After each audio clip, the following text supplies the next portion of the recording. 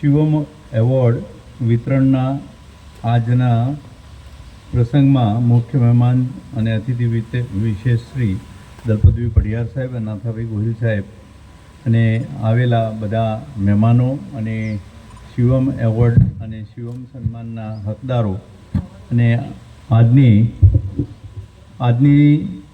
આજના પ્રસંગમાં જે કંઈ ઉપસ્થિત રહેલા છે એ બધાનું હાર્દિક સ્વાગત છે.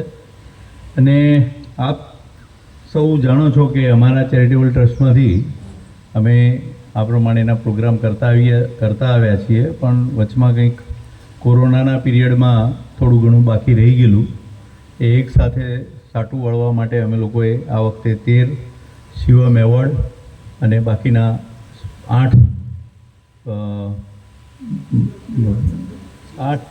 13 ને 8 21 જણને સન્માન અને એવોર્ડમાં નક્કી કરેલું છે. તો આપ સૌ આવ્યા છો એ બદલ આપનો ખૂબ ખૂબ આભાર. અને આપ સારું કામ કરતા રહેજો અને આવું કામ કરશો તો અમે અમારા ટ્રસ્ટ તરફથી અમે કંઈક બિરદાવવાની કોશિશ કરતા રહેશું. ધન્યવાદ. ખૂબ ખૂબ ધન્યવાદ, આભાર આપનો. હવે મહેમાનોનું સ્વાગત ફૂલછડી અને શાલ વડે શ્રી શિવશંકરભાઈ દ્વારા આપણા મુખ્ય મહેમાન અને અતિથિ વિશેષનું શાલ અને ફૂલછડીથી સ્વાગત કરવામાં આવશે. સૌ પ્રથમ ડૉક્ટર દલપતભાઈ પઢિયાર સાહેબનું સ્વાગત ફૂલછડી અને શાલ વડે કરશે. સાથે ગીતાબેન પણ ઊભા રહે.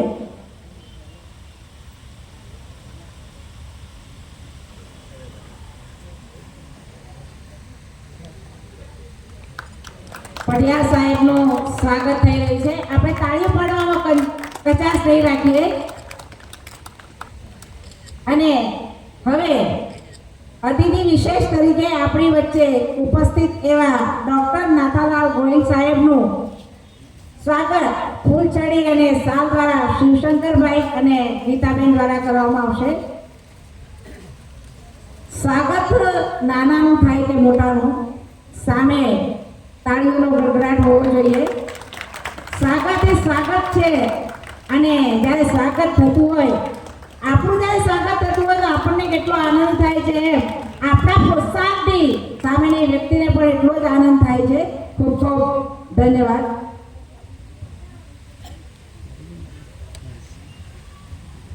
ધન્યવાદ શ્રી શિવશંકરભાઈ અને ગીતાબેનનો આભાર.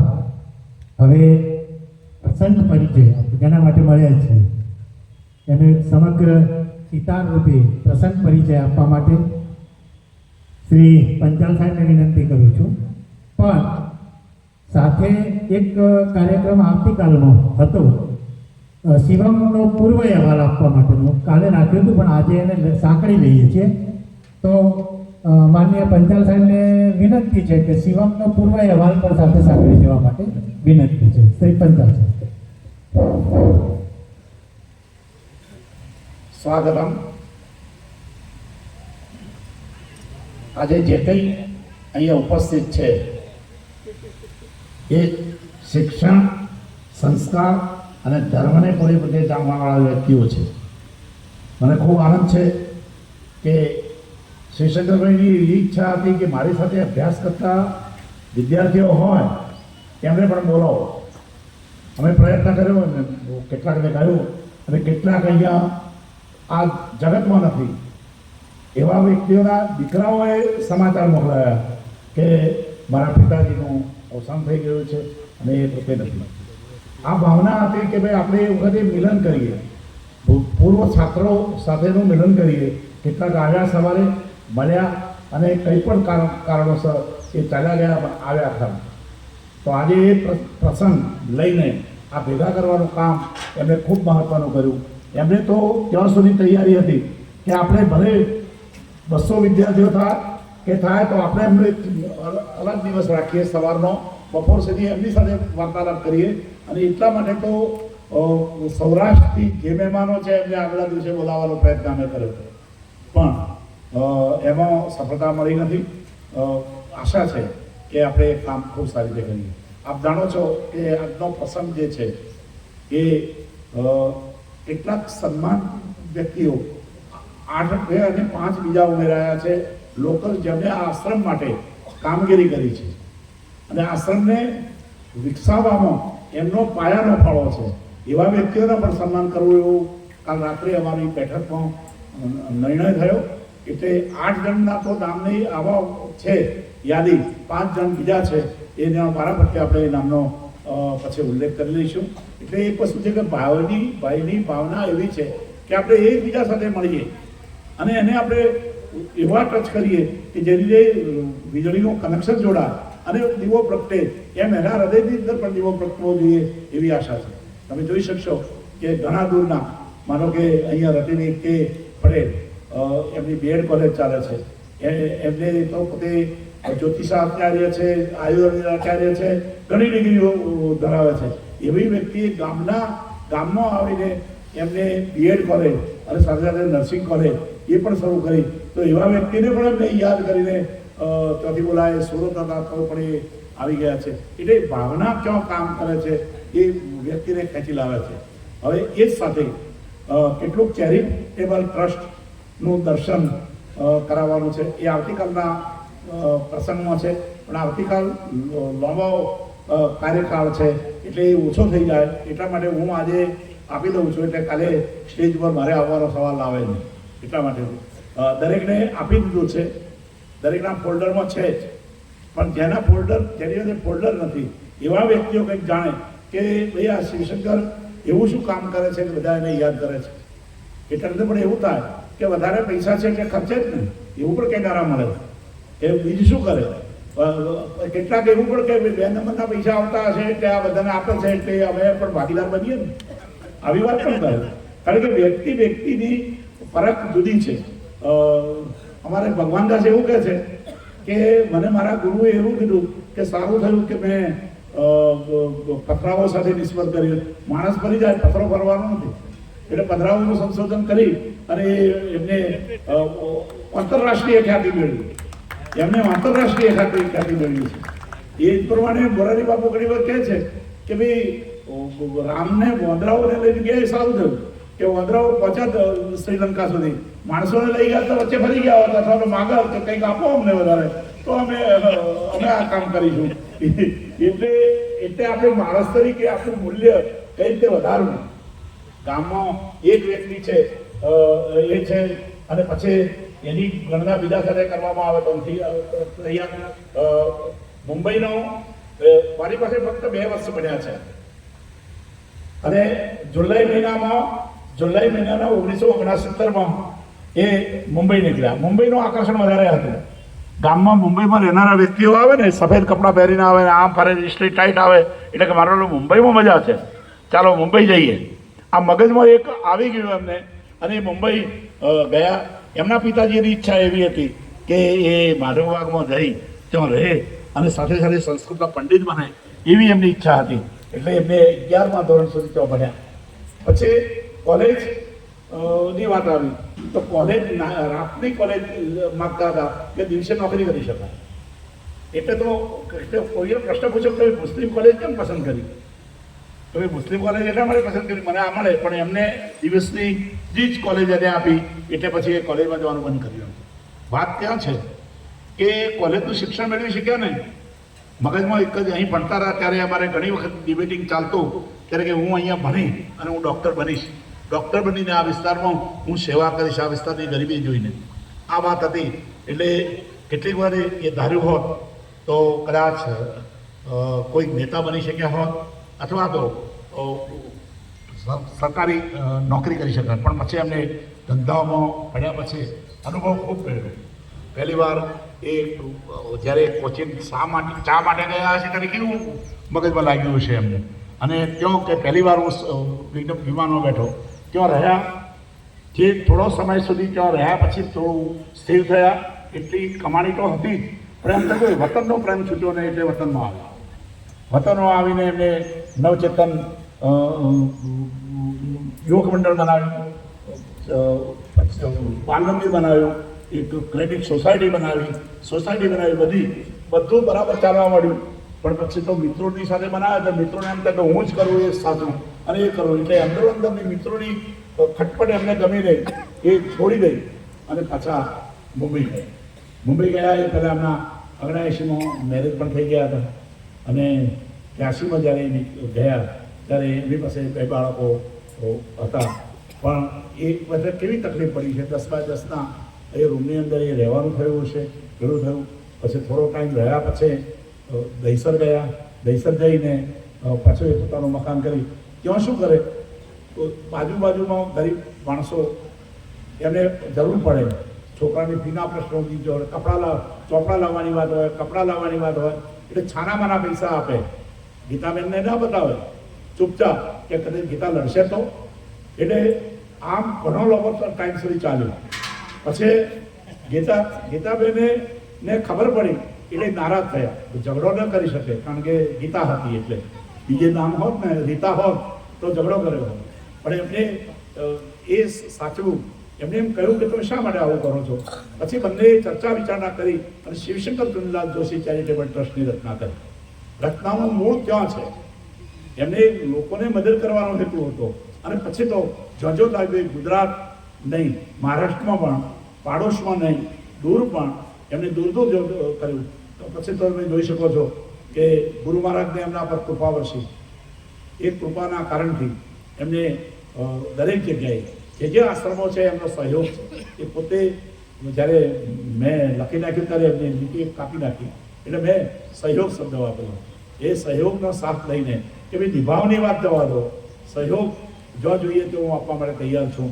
એમને નારદીપુર મૂળ આશ્રમ છે, એ જ પ્રમાણે મંડાલીમાં છે, હરાદમાં છે, ત્યાં કલવાણા, ગોગુંદા, ઉદયપુર જિલ્લાના ગોગુંદાની પાસે આવેલું કલવાણામાં છે, જરગાજીમાં. આ બધામાંની અંદર એમનો યોગ જાય છે. હું પણ એમની સાથે બધા આશ્રમની અંદર ફર્યો છું. અને એ ભાવના હોવી જોઈએ કે ભાઈ આપણે કમાઈએ છીએ, આપણે વાતો કરીએ છીએ કે 10% દાન કરવું, 10% મદદ કરવી. પણ ઘણા માણસો શું કહે છે, દાન કોને કહે છે કે મેં મારી બહેનને આપ્યા, મેં મારી ભાઈને આપ્યા, મેં મારા ભાઈને આપ્યા, મેં મારા કાકાને આપ્યા. એ દાન ન કહેવાય. જેની સાથે કોઈ નિસ્બત નથી, કોઈ સંબંધ નથી, એવી વ્યક્તિની સાથે આપવું. એવી પરિસ્થિતિમાં એમને શરૂઆત કરી અને પ્રવૃત્તિઓ ચાલુ કરી. આજે આશ્રમો દ્વારા બધા જ કામગીરી થાય છે. એમનો એક જ છે કે ભોજન અને ભજન. અમારા નિરંજનભાઈની વાત રાતે જ અમે જમતા કરી કે આજે 65 ગાયોનું સંભાળવું એ જેવું તેવું કામ નથી. એમની એક પુત્રવધુ અહીંયા છે. હવે એ શહેરમાંથી આવેલી હોય, આ બધાના જુએ ત્યારે એને પણ શહેરમાં રહેવાના વળકા થાય. બીજી પુત્રવધુ પણ શહેરની છે, પણ એ બંને ગાયો સ્વીકારી લીધી છે.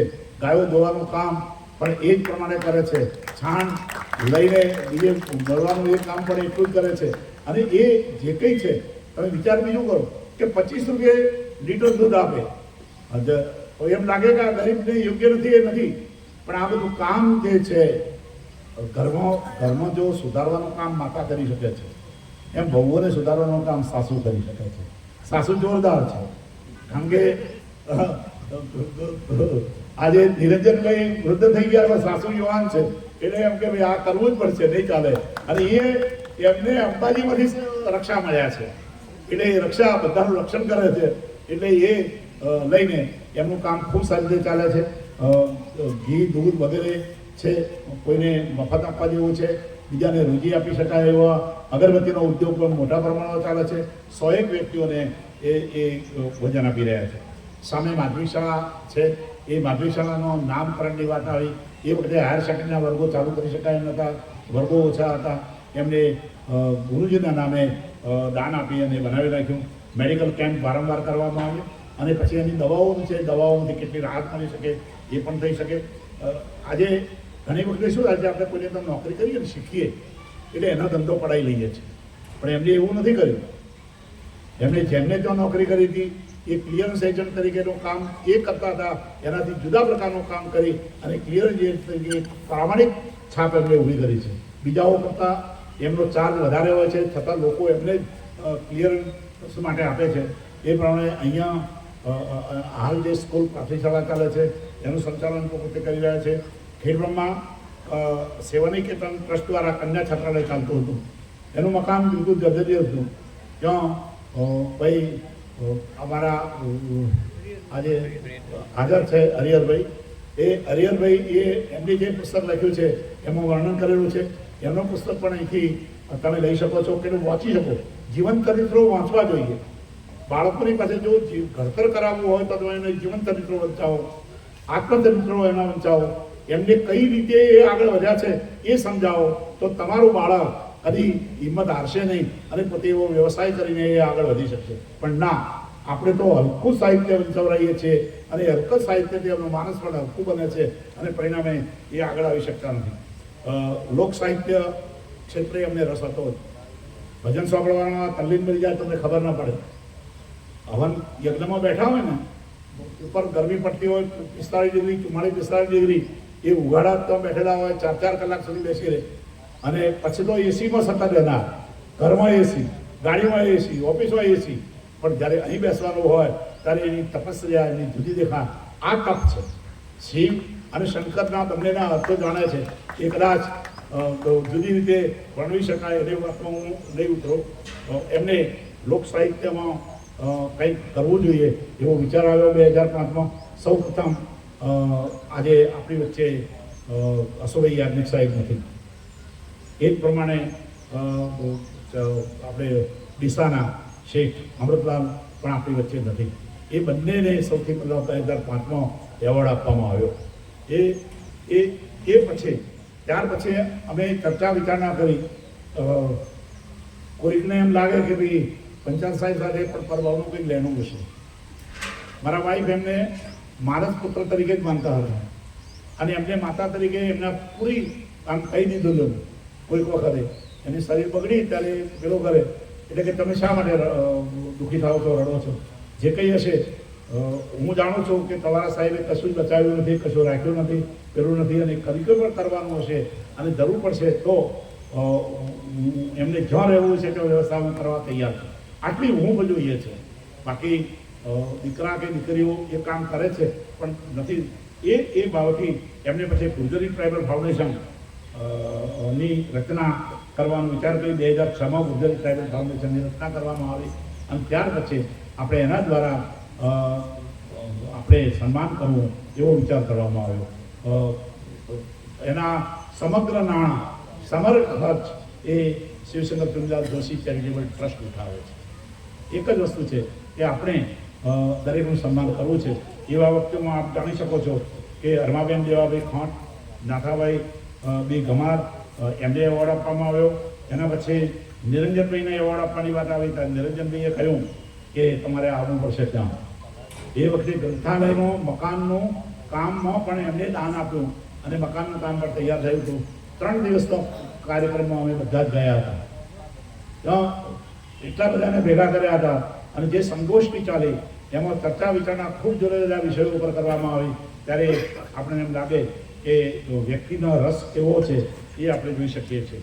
ત્યાર પછી 2010માં ડૉક્ટર ભગવાનદાસ પટેલને શિવમ એવોર્ડ આપવામાં આવ્યો. પછીના વર્ષોમાં આદિવાસી મ્યુઝિયમ બનાવવાનું અંબાજીમાં નક્કી કર્યું. આજે કલેક્ટર શ્રી આરજે પટેલ બીમાર થવાથી હોસ્પિટલ થઈ ગયા.